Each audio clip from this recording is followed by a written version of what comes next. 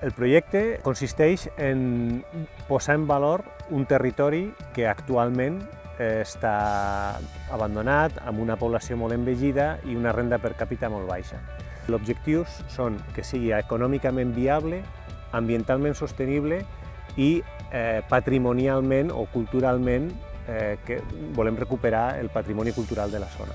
Fem una producció d'oli, els beneficis que traiem d'aquesta producció nosaltres ho estem reinvertint en recuperar finques properes.